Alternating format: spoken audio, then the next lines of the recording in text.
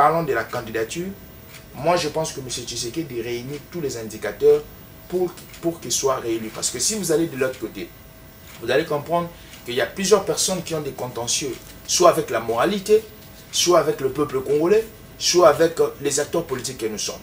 Parlons d'un monsieur, je pense que moi je l'appelle l'hispano-congolais, monsieur Martinez.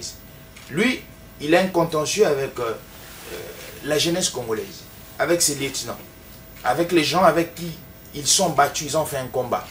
Vous êtes dans la scène politique, lui, l'hispano-congolais, comme c'est lui le chef d'un parti politique, il prive à ses lieutenants qui ont aménagé leur base aux élections, mais lui-même, il peut postuler. Ça, c'est une escroquerie politique. Pourquoi? Parce que vous allez savoir, un État, c'est une structure grandissime. Mais un parti politique, c'est un État miniature. Lorsque vous avez des difficultés ou des contentieux avec un parti politique, la gestion d'un parti politique, vous aurez la difficulté de gérer un État grandissime comme un Congo. Donc je pense que de ce côté, ce monsieur est déjà déphasé. Il a perdu la confiance d'abord de ses généraux. Ce n'est pas M. Joe Maïle qui va le dire. Vous avez vu comment est-ce qu'il y a eu des départs en cascade chez l'hispano-congolais, M. Martinez.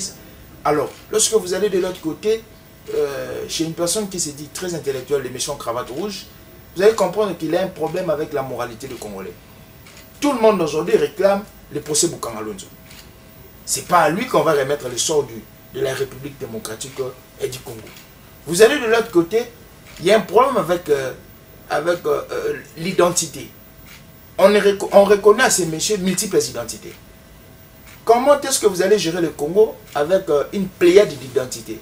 Soit à un moment vous êtes romain, à un moment vous êtes juif, à un moment vous êtes jambien, à un moment je ne sais pas, vous êtes hongrois, et il y a un quiproquo, il y a une ambiguïté autour de ça, autour de son identité. De l'autre côté encore, il y a un problème aussi avec la moralité. J'avance encore. Monsieur Sessanga, un intellectuel que je reconnais avec ses qualités. Mais les Congolais savent qu'il a été dans la rébellion. Les Congolais savent que le sang de plusieurs Congolais ont coulé. Et parmi les personnes qui ont occasionné que le sang des Congolais coule, M. Sessanga y est. Il y a un problème avec la moralité.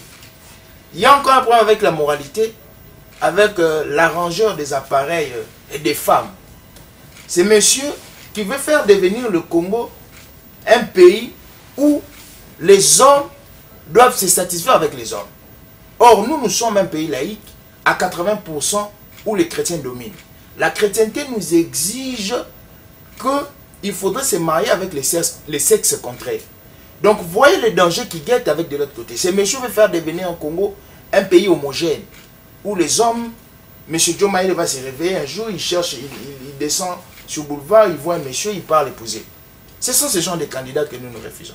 Donc, en regardant tous ces aspects, vous comprenez qu'il y a des aspects avec la moralité, avec les mœurs, avec les us et coutumes, avec la gestion.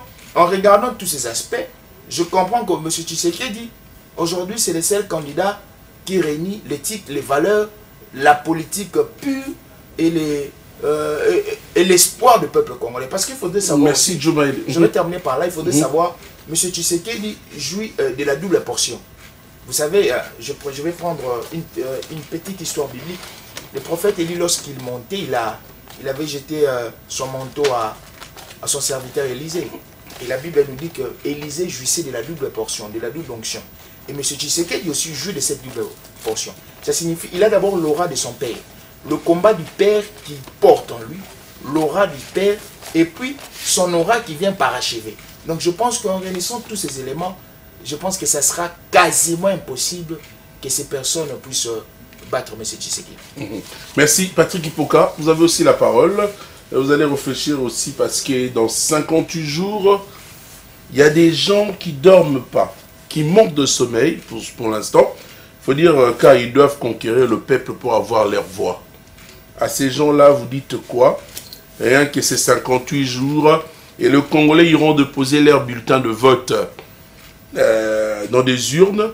Quand vous sentez le petit nombre de jours qui restent, vos cœurs battent à quel rythme? Merci beaucoup. Nous allons être bilingues. Hein. Joe Maele, le message ici me revient souvent sur toi. Je vais faire un effort. Je vais faire toujours un effort. Déjà, le bilingue. Je vais faire un effort. Non, mais quand. D'accord. Patrick Ipoka, vous avez la parole. Vraiment aussi bilingue. Donc, déjà, merci Mingi na RTGA pour nous montrer Kitoko. Je vois que, en tout cas, le travail ne se fait pas rien que par force, mais il y a aussi les fonds. Hein, ça, c'est à saluer. Et puis, vous remercier aussi beaucoup, hein, M. Tony, pour de temps en temps des réflexions ambiguës, des réflexions vivantes et des réflexions qui tournent vers un bon cap. Donc, je pense que c'est un travail à saluer. Donc, je voulais également souligner quelque chose de très important. Lobby, Banamboka, Baimboka, Baebi, Bamonaki na Bilili, peut-être, Tozala qui vers quand Mabaya vers le centre supérieur militaire Kunana Ozone. Il y avait moi réunion comme ils allaient ordinairement, moi pour parler entre le camarade Kabe Amos oui na fief nae à Kamabaya bakena kena ko sololana bango comme d'habitude. J'espère que Bilili ezali na télévision ba komona omoni il faut tout changer classe politique hein. Il faut quand même dire au peuple congolais qu'il y en a de ces bonnes personnes, au fait, qui ne viennent pas pour vous flatter, qui ne viennent pas pour vous donner de l'argent. D'ailleurs, n'ont pas, c'est même pas ça leur travail. Mais ils viennent pour vous montrer le vrai chemin, le bon chemin à suivre. Tant que l'on va changer classe politique, on va nini penda et puis classe politique il faut banani na banani. Classe politique auto kolobela. On a tout ça là image. Bah image et koleka, voilà, il est là le jeune. En tout cas, c'est un jeune rempli inondé des potentiels, inondé des valeurs, surtout des valeurs chrétiennes parce que... Il est du côté du candidat à la députation nationale? Oui, non, provincial. Il est membre du Front des indépendants pour la démocratie chrétienne, parti cher à l'excellence Fifi Masuka Saini, gouverneur actuel de Lualaba. Vous voyez que à commis maîtresse, il y a 3 regroupements, hein, AN, A24 et A25, Oyo et Poni, Félix-Antoine Tshisekedi, Chilomboloko, la seule président de la République et puis candidat na bango. Vous voyez que Union Sacrée déjà local la grande plateforme oyo Mikolo Yonde et Kanisi Malamu pona makambo taliboponomie. Alors Bissopé na Front des indépendants pour la démocratie chrétienne FIDEC. En tout cas, tout le monde et surtout notre maîtresse Fifi Masuka Saini, nous sommes tournés vers Félix Antoine Tshisekedi parce que nous avons compris que au fait Koloba Mingeza Passi, c'est mieux de rester dans les actions, de rester dans les travails. J'espère que vous avez vu aujourd'hui dans l'autre camp, dans les camps de ceux qui se prédisaient être les valeureux, les meilleurs, les torchons brûlent à ses côtés. Je ne sais pas si vous avez suivi les informations. Tomoni entre Bango déjà, il commence à venir la confusion. Tomoni, j'ai suivi d'ailleurs ce matin, je ne sais pas, le monsieur Patrick Moundé, qui est actuellement conseiller à Moïse Katumbi, qui était en train de stipuler même que Moïse qui, comment il s'appelle, le monsieur Martin Fayulu, était en train de se prendre comme un candidat providentiel. Et donc ça, c'était un risque parce qu'on connaît même la caution, d'où il a eu la caution pour être ce qu'il est. Et s'il continuait comme ça, il risquerait de dévoiler certains secrets. Vous voyez un peu à quel niveau est-ce que les gens déjà entre eux-mêmes ne sont pas stables et ne sont pas sérieux. Est-ce que des gens comme ça, pourriez-vous leur donner confiance pour gérer une grande nation comme la République démocratique du Congo? Ça laisse à questionner. Donc je voulais également signifier que Banamboka, Babalusa Missou vers Félix Antoine Tshisekedi Tshilombo et surtout côté il y a Union Sacrée de la Nation Bana Mwamba Nyonso c'est le numéro 78 le roi Torozala dans la campagne électorale. Je voulais justement dire un grand bonjour à madame Marie-Louise Ekpoli qui est actuellement secrétaire générale à parti Front des indépendants pour la démocratie chrétienne. D'ailleurs, il est pas candidate à la députation nationale. Et je pense que Soki Bato Bakoluka va changer classe politique. Il faut choisir la bonne personne, il faut choisir les bons côtés, il faut choisir les valeurs. Et donc, choisissez les personnes idoines pour vous représenter valablement. Mais il faut dire qu'également à la tête du FIDEC, il y a une grande dame, il y a aussi également d'autres dames qui sont fortes aussi. Hein. Justement, c'est Marie-Louise Ekpoli, qui est secrétaire générale. Je rappelle qu'elle fait partie transfuge du MLC aussi. Oui, elle était députée nationale. Et donc, ce sont des femmes brillantes. Hein. Et donc, ça veut dire des natures ne sont pas là pour... elles n'aiment pas trop parler, tout ça. Elles, c'est les actions. Donc elle a été... C'est comme celle qui est à la tête du FIDEC. Justement, voilà. Il y a aussi une que je connais, moi j'ai eu la chance d'échanger avec elle pendant 30-40 secondes, Madame Yvette Angoussi. Yvette Angoussi, j'allais venir, j'ai parlé des dames. J'ai eu à échanger avec plusieurs dames, ça c'est pas la jetée des fleurs, mais elle m'avait épaté par sa manière de réfléchir république. Vous savez, ce sont des dames, lorsqu'elles réfléchissent, vous voyez qu'elles ont une autre image de la femme. Parce que la femme congolaise, c'était une dame qui était vraiment restreinte. Restreinte dans les missions traditionnelles de la femme. Elle est dans les ménages, elle est un peu dans les commerces. Mais vous voyez des dames... Elle ne bâtisse point les communautés. Vous voyez des dames qui réfléchissent république. Elle te parle des grandes notions, des grandes lignes. Comment est-ce qu'on doit faire, comment est-ce qu'on doit se développer. Vous voyez des dames épanouies intellectuellement. Moi, j'ai dit, ben waouh, quand les femmes réfléchissent de cette manière, je pense que il y a un bon travail qui est fait de ce côté-là, en tout cas du côté leadership féminin. Ce sont des choses encouragées. Moi, particulièrement, je parle de Madame Yvette Angoussi parce que je connais, j'ai échangé avec elle quelques secondes, donc je sais de quoi elle est capable. J'ai eu à jauger, excusez-moi pour les termes, jauger son intellect. Je vois que son intellect est tellement très haut, vous comprenez, par sa manière de faire, par sa manière même de parler. Vous sentez qu'il y a une dame qui est cohérente dans ses phrases, dans sa manière de réfléchir république. J'ai dit, waouh! En tout cas, le président Félix Tshisekedi a une très grande chance de pouvoir travailler aussi avec ces gens de dames qui portent sa vision. Il faut dire qu'elle est aussi candidate à l'Upitation nationale, hein, Yvette Angoussi. D'ailleurs, je voulais ajouter quelque chose par rapport à ce que Joe Maël venait de dire. Également, moi comme lui, j'ai eu la chance, le temps d'échanger avec Madame Yvette. Vraiment, c'est des fleurs à jeter sur cette femme. Hein. C'est des femmes rares, des pièces rares, des pointures qu'il faudra encore chercher. Je pense que s'il faudra en tout cas, ce sont des personnes idoines, hein, comme elle, des personnes, l'intellectuel, le moral, l'esprit qu'il faut, hein, pour changer un peu de choses. Vous savez que, je crois qu'elle est membre de FIDEC aussi, hein. Elle est au Front indépendant pour la démocratie. Il faut dire qu'elle est toujours tout près de la gouverneure, Fifi Masuka Saïdi. Voilà, donc ça, il n'y a même pas de mot à dire, parce que vous savez déjà, si la tête, elle est bien faite, donc vous voyez déjà que la chaîne, elle sera également bien formée. Vous vous rendez compte que l'esprit wana la likolo, hein, ce sont, comme je vous ai dit ici, des perles rares. Hein. Donc ça veut dire c'est le cœur qui travaille. C'est le cœur qui travaille. Et donc, David une équipe, on a Mobimba. Équipe, déjà, en eux, c'est le cœur. Vous avez vu actuellement le là-bas. Le président était là-bas. Donc, moni bilili et belé belé. Nakataloba, oh, et comme il est là-bas. Mais loala bawana tobeta lisolo lelo eza loala bebandi lelo te loala bawana bavanda kuna bagera loala bawana yo yoka komba bato loala oyoka komba loala bani bimi loko le bimi lelo na 2023. Donc il kola tsake ata mokonza mboka akomina ye moko akomiti na télévision kolobela loala ba pe ko boka ba fleur na mwasi oya ko sala mosala koleka mibali. Donc ça veut dire que comme penza likolo et commis de trop. En tout cas, coup de chapeau et puis beaucoup de fleurs à Madame Fifi Masuka Saïni pour le Lualaba. D'accord. Alors, Joe Maël, beaucoup de personnes aiment trop parler pour les élections. Certaines préfèrent se taire. Alors, il y a même le philosophe français Jean-Paul Sartre a dit en 1959 « La parole ne représente parfois qu'une manière plus à droite de se taire. » Plus à droite que le silence, il faut le dire. Que dites-vous de ceux qui ne parlent pas assez? Position de faiblesse? Non, je ne pense pas que c'est une position de faiblesse. Je pense que c'est une attitude.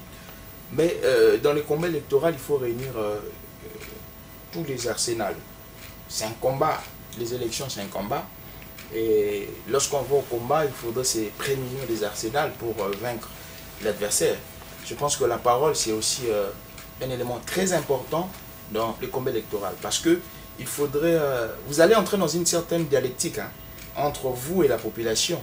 Alors, il faudrait amener vos idées. Parce que lorsque vous allez présenter l'offre politique, on ne présente pas l'offre politique par un silence. Il faudrait présenter l'offre politique par le parler. Donc, la communication politique. Actuellement, pendant la période électorale, si vous dites que le silence serait quelque chose d'approprié, je dis non. Parce que nous avançons vers les combats, vers le point fatal. Alors, parmi les éléments qu'il faudrait mettre en exergue, c'est la parole.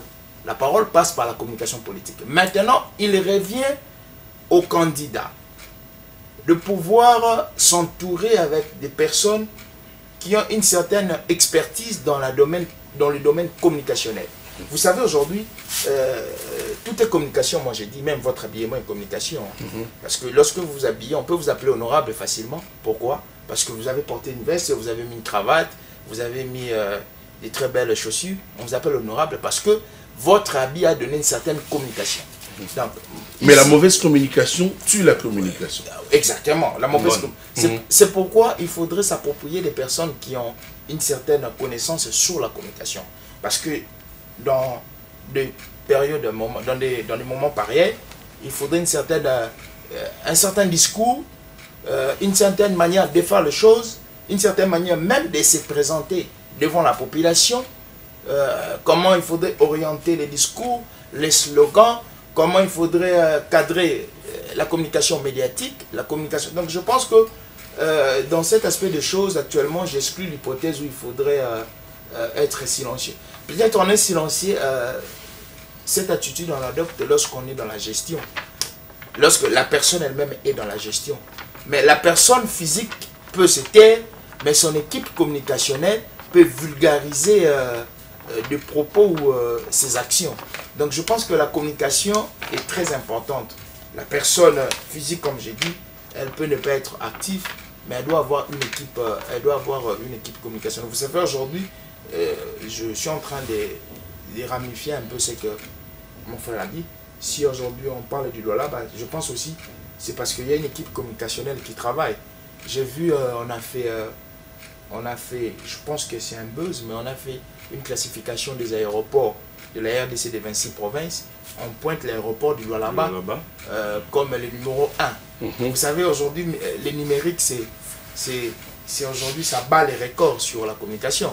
Donc je pense que dans cette allure de choses, c'était ou rester comme l'autre frère, l'autre ami qui est au bout de la capitale là-bas, ce n'est pas une très bonne position. Donc je pense que oui, voilà. Là même je suis en train de voir la Jeanne d'Arc, la grandissime, je pense.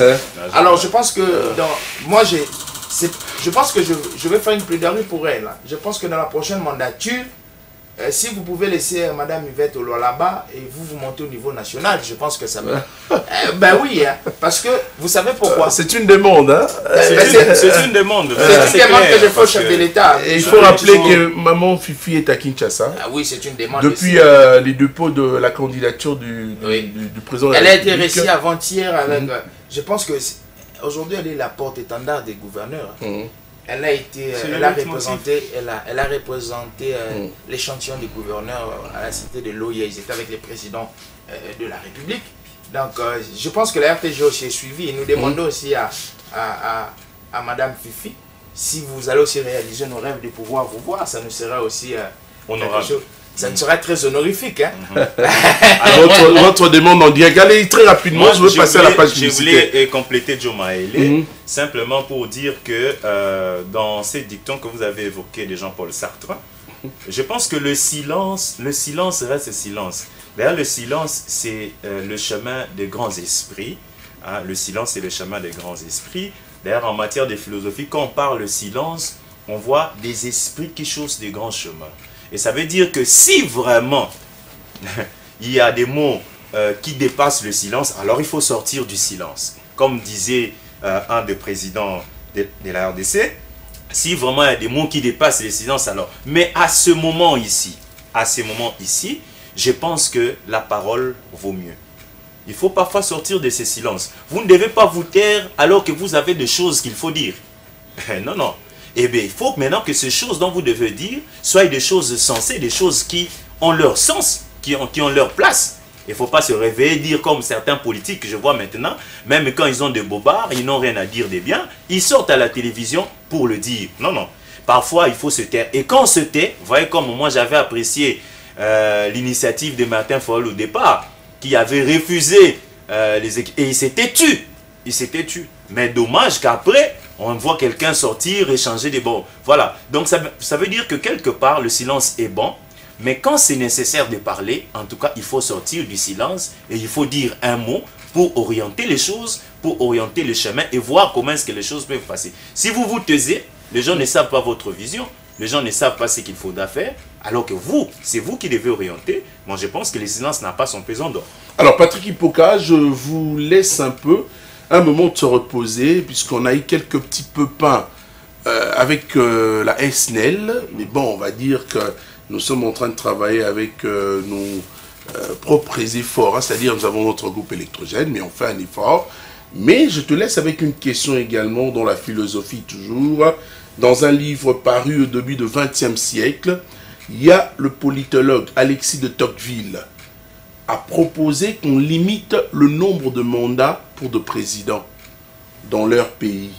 Et on s'est limité aussi le nombre de candidats pour des élections présidentielles. Est-ce qu'on peut limiter les candidats? Je vous garde juste après. Laissons d'abord la place à nos amis de la direction commerciale. Patrick, vous avez la parole. Je répète ma question, oui, ou bien vous avez déjà oui. l'idée, hein, c'est la question, il y a un livre paru au XXe siècle, écrit par Alexis de Tocqueville, qui a proposé qu'on limite le nombre de mandats pour de présidents dans leur pays. Et alors, et si on limitait aussi le nombre de candidats pour les élections présidentielles en République démocratique du Congo? Bon, 24, ça passe? C'est une pertinente question, mais c'est un jeu d'analyse. Je pense que, d'ailleurs, quand on voit aujourd'hui 24 personnes, bon, 24 candidats à la présidentielle de 2023, je me dis que bon, c'est pas, en fait, nous sommes en démocratie, hein, le chemin, la balle est lancée à tout le monde, c'est un courage, mais s'il faut aller dans le sens de ce principe-là, moi je pense que c'est utile. C'est utile parce qu'il faut d'abord qu'il y ait aussi un nombre, mais de ce nombre trier maintenant ce qui est essentiel, ce qui est utile, ce qui est valeureux, parce que tous ceux qui sont là ne sont pas obligatoirement des valeurs. Mais parce que c'est la démocratie, ben, tout le monde... 24 noms s'y trouvent. Justement. Et parmi ces candidats à la présidentielle, le 24 noms, il y a quelques noms notables, notamment Félix-Antoine Tshisekedi Tshilombo, le président de la République. Il y a également Martin Fayulu Madidi, il y a Marie-Josée Ufoku, c'est une femme, Denis Mukwege, Adolphe Muzito, Constant... il y a également Constant Mutamba, j'allais dire, il y a également... ils sont nombreux, hein, et autres. Mais justement, mon petit mot, si je reste à ce niveau... Analysons un peu le fait. Mais est-ce que... Oui. Selon vous, Patrick, qui sont déjà les candidats qui suscitent la sympathie populaire? Non, déjà c'est clair à voir.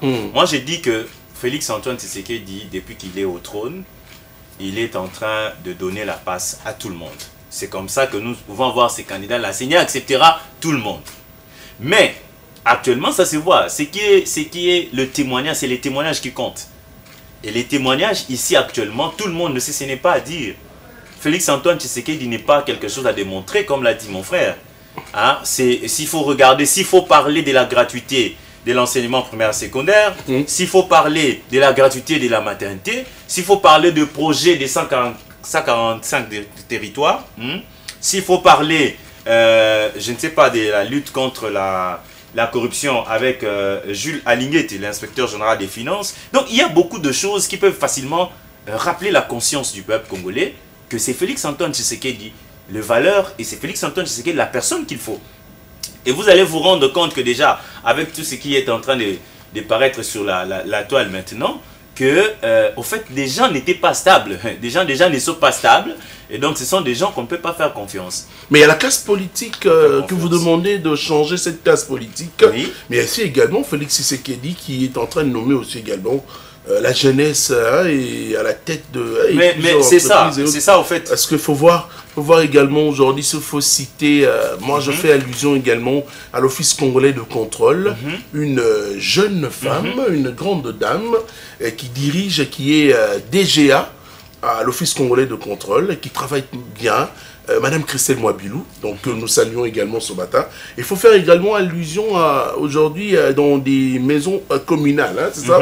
Et à la tête d'une commune, il y a des jeunes aussi aujourd'hui. Qui bossent très bien. Moi je pense que... Comme je fais allusion au bourgmestre de la commune de Kassavubu, qui est un jeune, Finé Massombo, Mpoi, hein, et qui est un jeune qui organise également en passant un festival... Luambo Makadi Franco qui est prévu pour ce 28 octobre. Voilà, c'est la classe politique que vous demandez aussi. Moi, je vais jeter un peu en lingala, le temps de terminer pour que mon frère enchérisse. Nakani site mokoyo et zambo kanabiso. Loko la mbo kanabiso, il faut quand même, tant que ça makamuto, ça va décision, qui engage notre destinée, notre vie, tous en avons conscience. Yango bomoni Félix Antoine Tshisekedi na conscience wana a longoli amicalité, a longoli familiarité, a tena mesa na compétence. Est-ce que ce sont seulement les vieux qui doivent travailler pour ce pays? Mais nous avons vu de n'importe quoi dans ces pays. So talibé ba place musuto komi. So tali ceux qui ont travaillé là, ce sont ces gens-là et qui doutent de la jeunesse. Regardez maintenant, on te l'accibino ba image il y a un jeune qui n'a on a Kabe Boy Amos. C'est un jeune. C'est un jeune. Mais pétri de qualité, pétri de valeurs. Mais pourquoi est-ce que le peuple congolais, je félicite le peuple congolais, parce que l'obésala qui moi inconscience.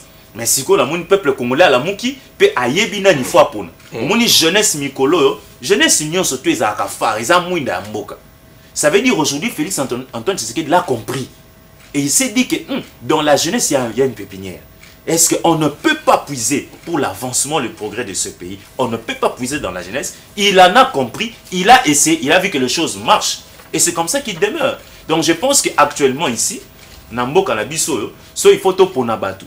Il faut vraiment que pour Nabatu, selon méritocratie, selon compétence. Nous, moi, Nambo Félix Antoine Tshisekedi, ceux qui ont mérité, au retravail, ce qu'on mérite, tu bouilles par la corruption, tu bouilles par si tu n'as pas de place. Le monimbo, quand tu quand même compter, moi, bah, résultat, il y a bien. Dans le domaine tel, ceux qui attendent dans le domaine, il y a enseignement, ceux qui attendent dans le domaine, il y a santé, ceux qui attendent dans le domaine, vous sentez qu'il y a des résultats.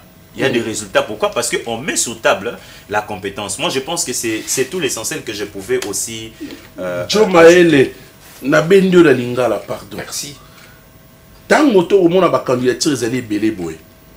Pour la présidentielle, la députation nationale, ou on appelle, est-ce que la chance de réussite est moindre, car les voix sont éparpillées? Merci, nous avons l'effort pour nous lingala, mais lorsqu'on parle politique, au moins, le vocable est très technique, je ne sais pas comment les renverser. Pour bande au biso total la marquant à Kinshasa. Oui, non, ça l'effort. Toujours ça l'effort. Alors, parlons de la candidature d'abord. Au Yébi, tous en Amboka Moko, où ils allaient comprendre démocratie. Démocratie, les actes théoriques, ils allaient pratique. Et puis, tous en un multipartisme sans pourtant qu'on définir. Le multipartisme, c'est un l'axanini. Tous en un parti politique et belé. Au moins, par exemple, ce qui est autre cieux. Vous allez savoir, il y a des systèmes de partis politiques locaux à Bichon. Mais le système, on a représente tous en un bipartisme, ou tripartisme, ou multipartisme à 4. Ça signifie que tous en a 3 ou 4 partis politiques, ou 4 courants politiques. Binonion se boza réunis, n'a pas courant wana. Et ce boza réunis n'a pas courant wana, pour oser la candidat qui n'a pas primaire. Il y a d'abord un toilettage au niveau de parti politique et celle n'a pas primaire. Et le parti politique wana batindi sikoyo ba candidature.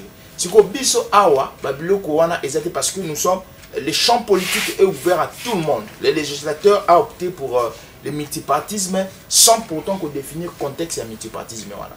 Yango komona batu musu bazana en opposition ils se disent ils sont de l'opposition radicale, musu babi bazana en opposition républicaine, ba musu balobi. Ba musu bazana bazana résistance, ambiguïté là. Yango au monde nous à l'Union sacrée nous avons compris cette chose là. Tu comprends le courant non. Il faut tous à la fédération. Fédération c'est un mélange beau sang ici. On doit fédérer nos énergies, nos efforts autour d'une personne. Yango mon union sacrée et que gauche droite. Mais de l'autre côté au nom du multipartisme, baké na multiples chemins. Alors Félix Antoine Tshisekedi, on a redéfini, parmi les éléments que ça a défini, c'est une personne fédératrice. Quand on dit fédératrice, même dans la gestion, il y a beaucoup de choses. Ça signifie qu'il y a la symbiose entre la génération passée et la génération actuelle. Il y a la symbiose entre jeunesse et vieux. Parce que dans la gestion, il y a des choses publiques, il ne faudrait pas qu'on... Dans la gestion des choses publiques, il ne faudrait pas qu'on élimine des vieux, mais il faudrait qu'on mélange. C'est pourquoi vous avez cité plusieurs personnes. Au Moni Lelo, dans ma maison communale, il y a des jeunes qui sont en train de gérer.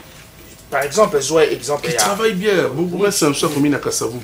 Exemple, Zoé. Finé Masombo. Je les salue aussi. Je pense que. Ça, Moussa, Makassi, pour n'importe quoi, l'accès Moussa, l'accès qui va au bout. Bah oui, Kassavou aussi. Ça va.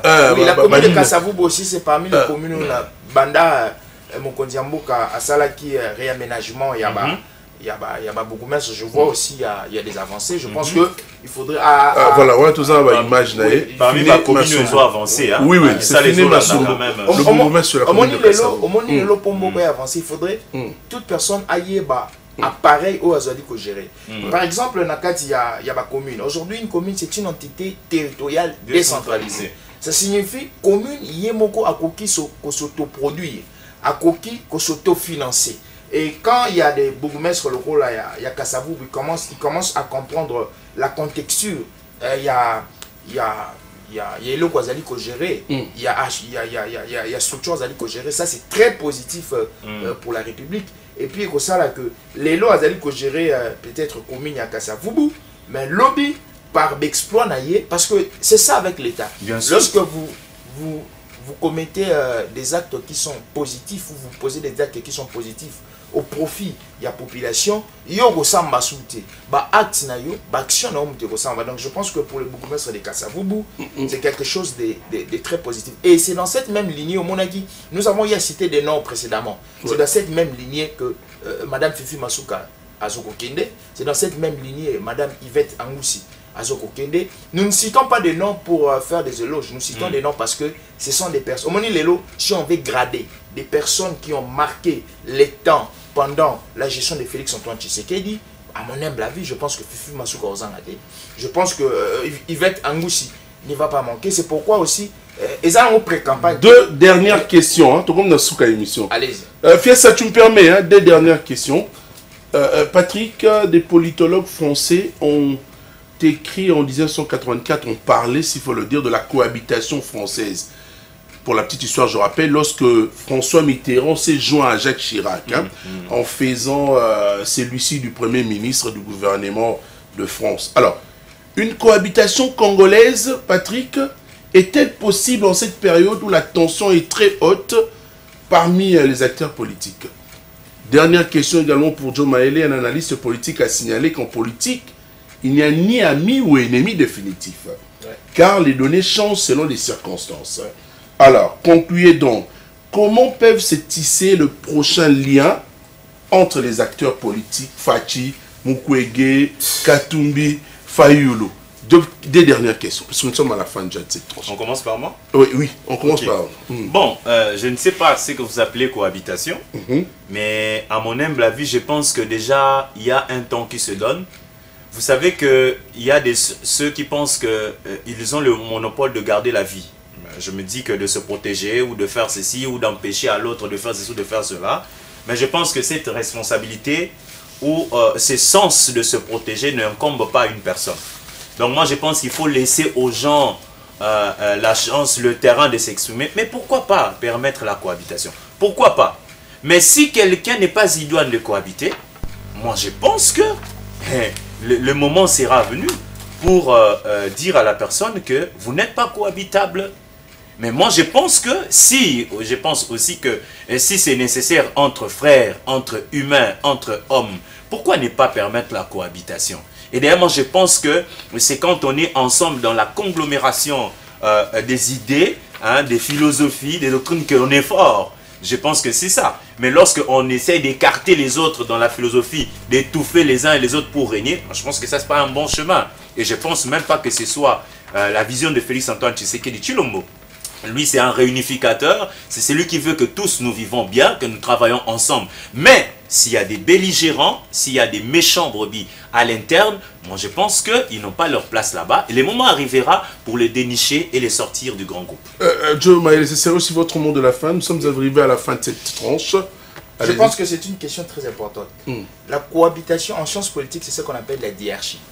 Ça signifie quoi? La cohabitation, c'est que deux familles politiques vont être au sommet de l'État pour gérer la chose publique. Alors, cette cohabitation s'est définie par rapport aux élections. Il y a une partie qui va gagner la présidence, et il y a une partie qui va gagner les parlementaires, le Parlement. Il y a une partie qui va gagner le Parlement. Et ça se fait que l'un ou l'autre parti n'a pas de majorité. Quand on n'a pas de majorité, c'est un partage institutionnel, c'est ce qu'on appelle cohabitation. Le contraire, c'est ce qu'on appelle coalition. Et dans la coalition, en sciences politiques, on appelle ça la monarchie républicaine. Ça signifie que les présidents et la tête du gouvernement proviennent d'une même famille politique. Alors, concernant question Yaba Alliance, actuellement, je vous ai dit plutôt, le président Tshisekedi essaie déjà de fédérer des alliances. Ces alliances qui vont permettre à ce que, lorsque nous gagnons les élections, et que nous ayons une certaine majorité. Donc je pense que actuellement, Bissotolati Bagan. Mais je ne veux pas finir. Ici, je suis en train de... je ne veux pas finir. Je pense que, à mon humble avis, je suis en train de donner une très grande chance à Madame Yvette Angoussi. Je pense que Funa peut beaucoup sa chance parce que c'est... Namoni kutu na liste moko ya ba sondage c'est la fin c'est la fin na sengi kaka bana nyonso mboka ba pesa maboko na Kabe Boy Amos oyo azali futur député provincial na biso puis madame Marie-Louise Ekoli comité tamutoko koma na ba campagne bato ya solo ya pesa maboko. Mesdames et messieurs, nous avons tout simplement cogité ce matin, puisque c'est bientôt la campagne électorale, quel nom ou candidat suscite déjà la sympathie populaire. C'est la question du jour posée avec nos invités. Je rappelle que nous avons eu comme invité Joe Mayele sur ce plateau, également Patrick Ipoka, pour réfléchir sur l'actualité politique ce matin. Merci à vous, merci à tous les héros du Rhum de Machine. D'ici là, portez-vous bien, tout en présentant encore une fois nos excuses si vous avez remarqué quelques petits pépins techniques et également la gêne occasionnée par la SNEL. Nous allons vous retrouver prochainement. D'ici là, portez-vous bien. Merci à Fiestambo qui a réalisé cette tranche.